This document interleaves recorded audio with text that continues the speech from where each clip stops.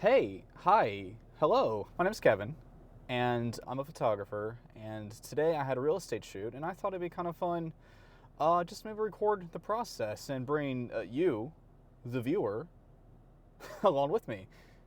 So yeah, let's give it a go. Let's see how this works. All right, so the shoot that we're doing is all the way up in Dayton. I live in Cincinnati, so that's about an hour away. Not too bad. So it is an hour away. Just looked it up in the GPS. Something very important to do is to track your miles, because that is a tax write-off. Get that money coming in. Okay, we should be good. Also, I keep looking at myself because I can see myself here and not at the lens, so I need to be better about doing that. Okay. Here we go. Can you still, oh crap. Can you see me if I do that? If I do this? Is that better? Yeah, that's better. Okay, let's get to it. Hopefully my camera stays where I want it to. I just have it like propped up. Oh, nope, there it goes. Like I said, I just have it propped up on my dash. Well, so for the best, if it goes out of frame, that's fine. You can just listen to me talk, because I'm not gonna move the camera. It's dangerous to do that while driving.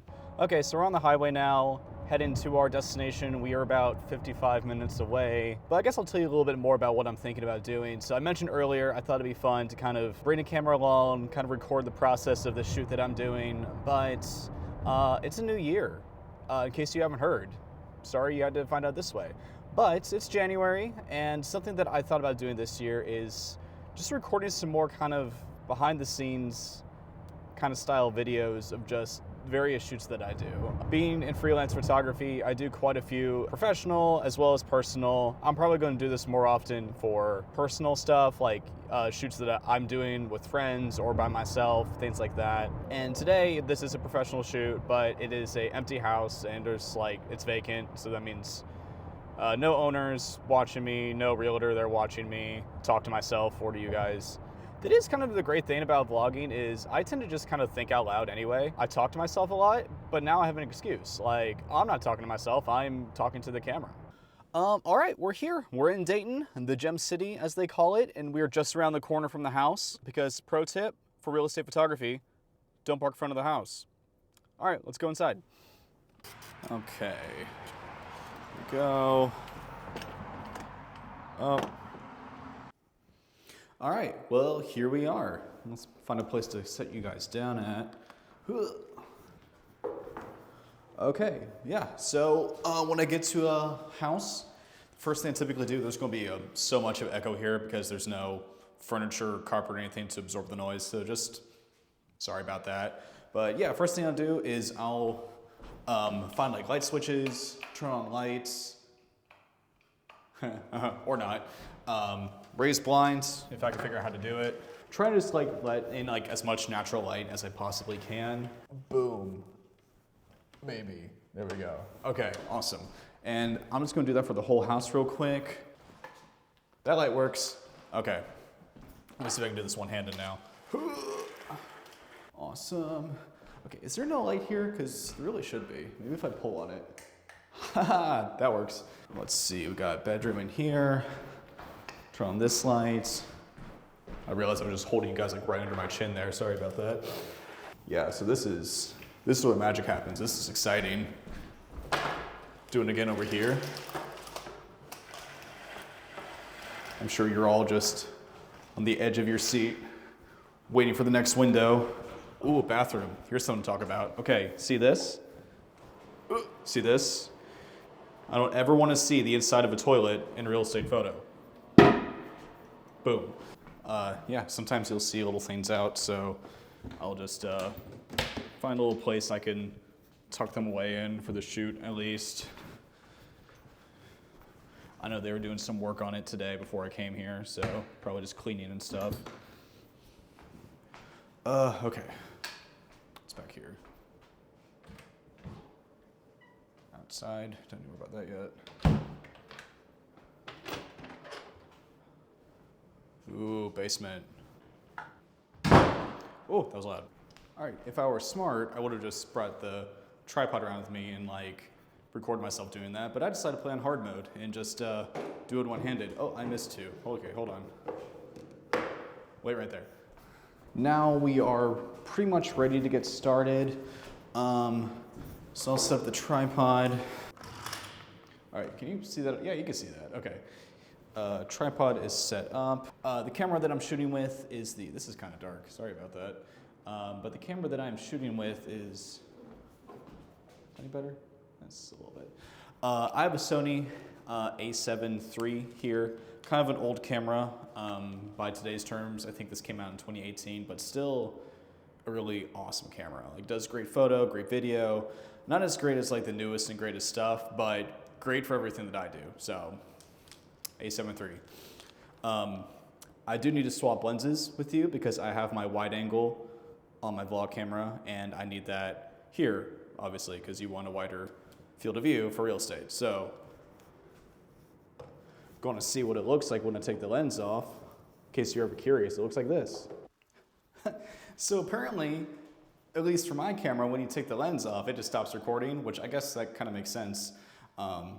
Oops. So quick recap, because I don't know what I had in there, what I did. People were just walking by, distracted me. A7 III, already talked about that. 17-28 millimeter Tamron 2.8 lens. You know, get that wide point of view for the house. Something that I don't think I got to, I was talking about it, but I wasn't recording, was the circular polarizer filter. Now what that's going to do is it's going to cut off on any glares on semi-reflective surfaces. So like as the sun's coming in, it casts a glare on the floor. This will really help cut back on those. I just touched the lens, so I'm going to wipe that off.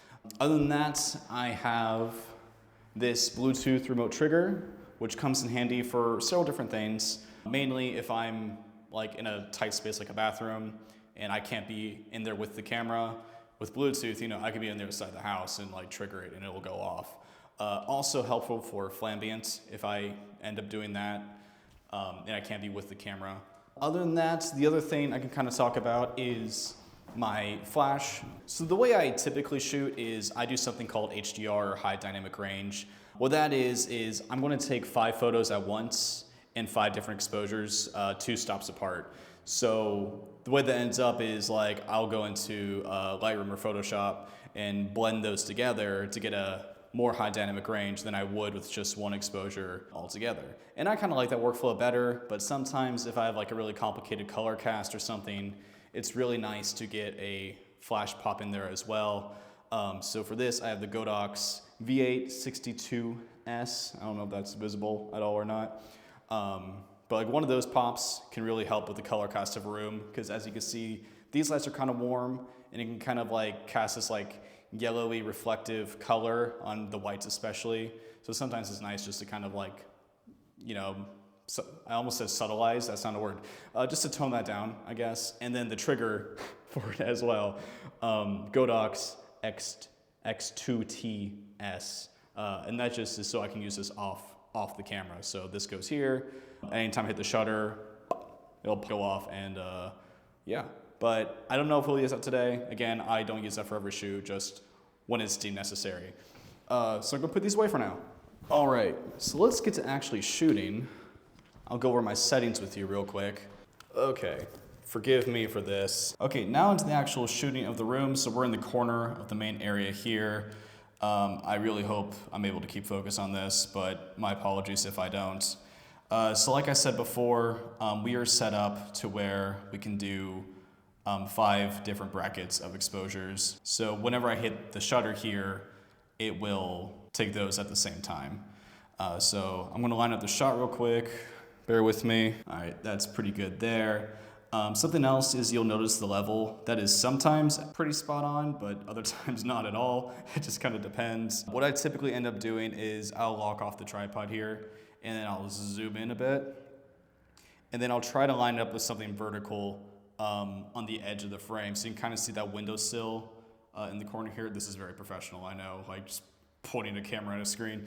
But I'll try to line it up with that. It's a little bit off now, so I'll tweak that when I have both my hands available. But some other things to go over now is I'm at f8. The aperture is f8. And that just means I'm getting more depth of field. So more of the image is in focus instead of just a more shallow depth of field, where you'll be at if you're like at a faster aperture, like 2.8. So we're going to keep that at f8, just like that. Also, I am at ISO 400. Now, typically for a more quality image, you would want your ISO as low as possible. However, with full frame cameras like this one, you can actually crank this quite a bit and get away with it. Like I've even shot at like 1600 ISO and I feel totally fine doing that. But 400 is a good starting point for me. The reason we need a tripod is because we have these really slow shutter speeds like that, and having a slightly higher ISO focus, please, makes that easier. So yeah, easier and faster. All right, so I'm gonna get to work. So something else that I wanted to point out, this is kind of another pro tip for you, is, okay, so you can see I'm taking photos of cabinets right now. Now, typically when you're in a kitchen, you want your tripod to be a bit higher up, and that is because you don't want to see the underside of those cabinets. Now, the reason why it's kind of lower now is because you do want somewhere between like my waist and chest, I'd say, is typically where I do it. And that is because you want about an equal amount of like floor to ceiling. So for example here, no, sorry, this lens isn't nearly wide enough for this, but basically you don't want like all floor, or you don't want like all ceiling where you can't see anything. Now that's obviously exaggerated, but you want somewhere in between, equal amounts of floor and ceiling. But for a kitchen, now these cabinets are lower, so it's not as big of a deal, but like when they're higher up, you just don't want to see like the underside of that, because I mean, like actually that's not bad. Normally it's like, okay, normally they're not painted. Normally they're just like the raw wood material. But I don't know, very thorough over here. Good job, good job. Kitchen builder, makers, cabinet painters. Anyway, look what I found in the basement. It's a little Sheriff Woody. Howdy, Sheriff Woody. Okay, so what I'm gonna do now is I just came back in from the backyard. I basically shot everything except the front of the house, which I try to always save for last because I usually just do it as I'm leaving. So the reason why my tripod is higher up now is because I always raise it up to as high as it can go outside because I just think it looks nicer. Very important step, review your shots. Make sure you got everything you need, because it can be easy to maybe like miss a room, especially if you have multiple shoots that day, you're in kind of a rush, and maybe like you might see something, oh, I should have got a shot of the fireplace here, which actually I might do now that I think about it. But yeah, just reviewing my shots. Here, I'll show you this also. Boop. Come on over. So this is what the different brackets look like. Okay, so it always starts out with an even exposure. So this is like a proper exposure. And then as you see the next one, that's gonna be 2 stops down. Then it'll be 2 stops up from the original exposure, and then 4 stops down, and then 4 stops up from the original exposure. And with all of that, I hope you can see that. With all of that, it does make for a much more even exposed image, and I'll probably show you what it looks like somewhere maybe along here. All right, well, we did it. We finished shooting the house. I know I said I typically will just do the front yard as I'm leaving, but I'm mixing it up today so I can talk to you guys. But yeah, so all I just have to do now is I checked all my photos. I'm happy with what I got, so just gotta pack up, and then I leave everything as I found it. So close all the blinds again, obviously turn off all the lights, make sure all the doors are locked. That's a big one. Put the key back in the lockbox, and then that's it. We only had one shoot today, so I'm gonna go ahead and do that. I just had a slight moment of panic because I thought I left my bag here, and I'm like, oh, where'd it go? Somebody came in and stole it. And then I ran in here, and then I realized I moved it to actually get a photo out there, you know, so yeah. We're back. I'm importing files to my computer right now so I can edit them. And I just wanted to say, if you watched this far, I'm proud of you, and thanks so much. I really appreciate it. Like I said, I'm hoping to do this more as I continue to do more shoots. I'm hoping I can bring you guys along, and next time, hopefully I can have some other cool people with me. But thanks again. I'm gonna eat some dinner.